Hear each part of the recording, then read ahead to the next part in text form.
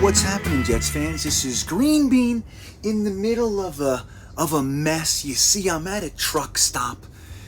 I don't even know where I am. Honestly, I have no idea where I am. Somewhere between time zones. The clocks keep switching, so that's all I got for you.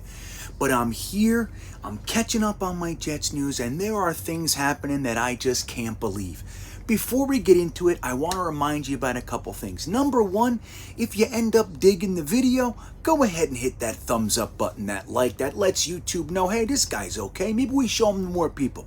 If you want to take it a step further and hear all the stuff that I release whenever I go live and all that, hit that subscribe button and even the little bell notification, and that would be greatly appreciated as well.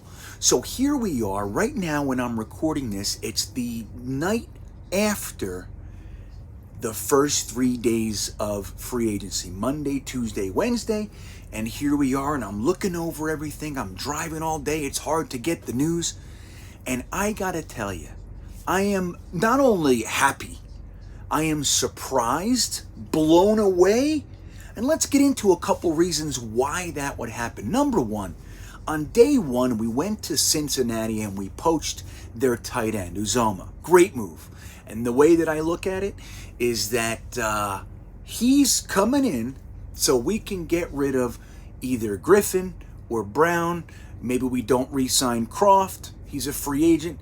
So it upgrades any one of those guys. Nice and clean, without question, nice upgrade. I thought, okay, we got a tight end. Maybe we lose one or two of those guys.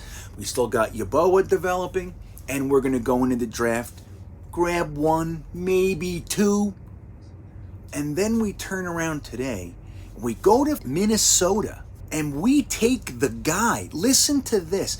We take the guy that Cincinnati was negotiating with to replace the tight end that we took from them.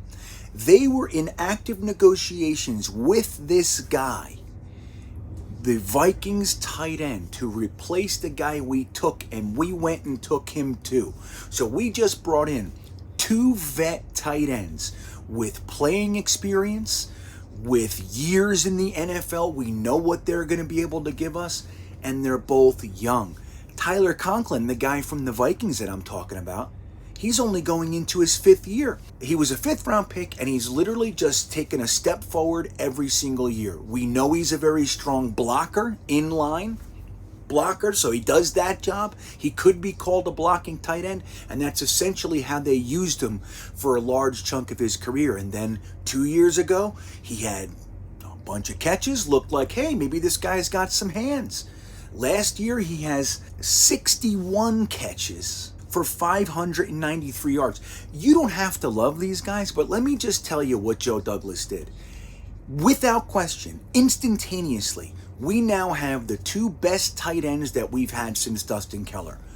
Without question, it's not even debatable. That's what we just did. Now, a lot of people are wondering, does this mean we're not going to grab McBride or whoever in the draft? It's a nice tight end class. It doesn't mean any of that. We could still do that too, but what we did is we took the idea that it's a need away, and that is what's so smart about it. You want to hear the silver lining? The guy that we were all pining for, Dalton Schultz, got $15.3 million. We got both of these guys for $15 million. Now, it could be argued Dalton Schultz is better, but I'm going to tell you right now, having two guys that can put up that production, not a bad deal, Joe Douglas. Well done. So what does this tell us about our offense?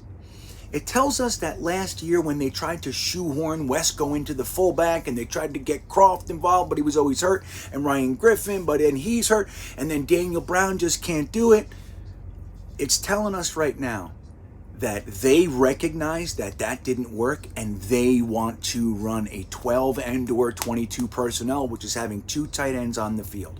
And when there's one tight end on the field, they want to know that he can block and that he can be a reliable outlet for one Zach Wilson. That's what we did. Now, I want to tell you something else. There's another guy that I'll admit I didn't really keep up with his career. I don't really know all that much about him. I'm catching up on him now. And that's DJ Reed, the cornerback from Seattle. Another guy, he's young, but he's proven that he can hang in the NFL. He's a good cornerback. And I'm watching all these breakdowns done. You know, Joe Blewett's talking about from JetX. Luke is talking about it from Play Like a Jet. They have, information available for us to look at. And the guy looks wonderful. But I was looking through Twitter, Seattle Seahawks, and let me tell you this. Not one person that I saw, I probably saw 30, 40 tweets. Every single one of those tweets from Seattle fans and Seattle press, they couldn't believe that they let him go. Couldn't believe it. They were all upset, angry, confused, and that's what Joe Douglas brought over. I think it's a great move because we did a really good job with our young cornerbacks last year in the draft. Brought in a whole bunch, 5th, 6th round picks, even undrafted free agents, and they looked good. But it looked like we could probably use a number one cornerback, right? So we get that, and it's good because it's a vet into that young group. The group can stay together. This is now their second year in the same system. They got to know each other, they learned the ropes, they took their bumps and bruises, and now we got a vet who can already play in the NFL. We're adding him to the mix with this young cornerback group. I think it's fantastic. I think it's fantastic. 2 tight ends and a cornerback. But that's not even the move that I can't believe that it happened. I mean, I like these moves. I like Whitehead. Obviously I love Tomlinson. That was my priority 1 going into free agency. Right guard and number 1 choice, Tomlinson. Can't believe that it actually happened like that for us. And it was our first signing. We get Berrios back. We did take care of the quarterbacks. It's crazy. But none of those are the move that blew my socks right out of my shoes. Do you realize that there was a guy that Mike McCagnon picked in the 5th round a couple years ago in his last draft? When he made the pick, collectively, all the Jets fans on Jetnation and Twitter, none of us could believe that he made that pick. Why? Because he didn't finish the 2 seasons prior in college. Injuries. And we needed a center at the time, really bad, and or a wide receiver. We could have used anything except this linebacker, Blake Cashman. Now, he had a great reputation as a leader, a teammate, effort, all that stuff. He comes in with us, and what happens? He plays a little bit, he gets injured. Then he comes back, we're excited, he gets injured. Then he's out the rest of the year. Then he comes back, he plays all through preseason, and he gets injured. Then he comes back, he aggravates the hamstring. He had groin injuries, knee injuries, labrum injuries, hamstring injuries. Last year, bring him back in, makes it through training camp. What happens? Plays in a game, makes a tackle, looks okay, and he's injured again. The guy has literally not been able to see the field. We've had him for 3 years. I thought he was just going to be a cut. Hey, who doesn't like Blake Cashman? Of course, wish him well, all that stuff. Joe Douglas, instead of cutting him, just got a 6th round pick for this guy. A pick for a guy who has not been able to make it to the field. I can't even believe it's real. I think it might be Joe Douglas's most masterful stroke yet. Now, we're not talking about the most capital or anything like that. The only one that competes with this one for me, I mean, obviously you have the Jamal Adams and the Sam Darnold, it's all great. But last year, what he pulled off with Daniel Brown and LDT, and then they cut Daniel Brown and we got him back 2 weeks later. So we basically just said to the Chiefs, hey, can we have LDT? And they said yes. That's Joe Douglas. But this one, I cannot believe that he talked someone into the value that Blake Cashman has. That's not to say his career is over. We don't know. He's still young. He might have a great career. But right now, his value is 0. And Joe Douglas got a 6th round pick for him. I can't even believe it's real. I can't even believe it.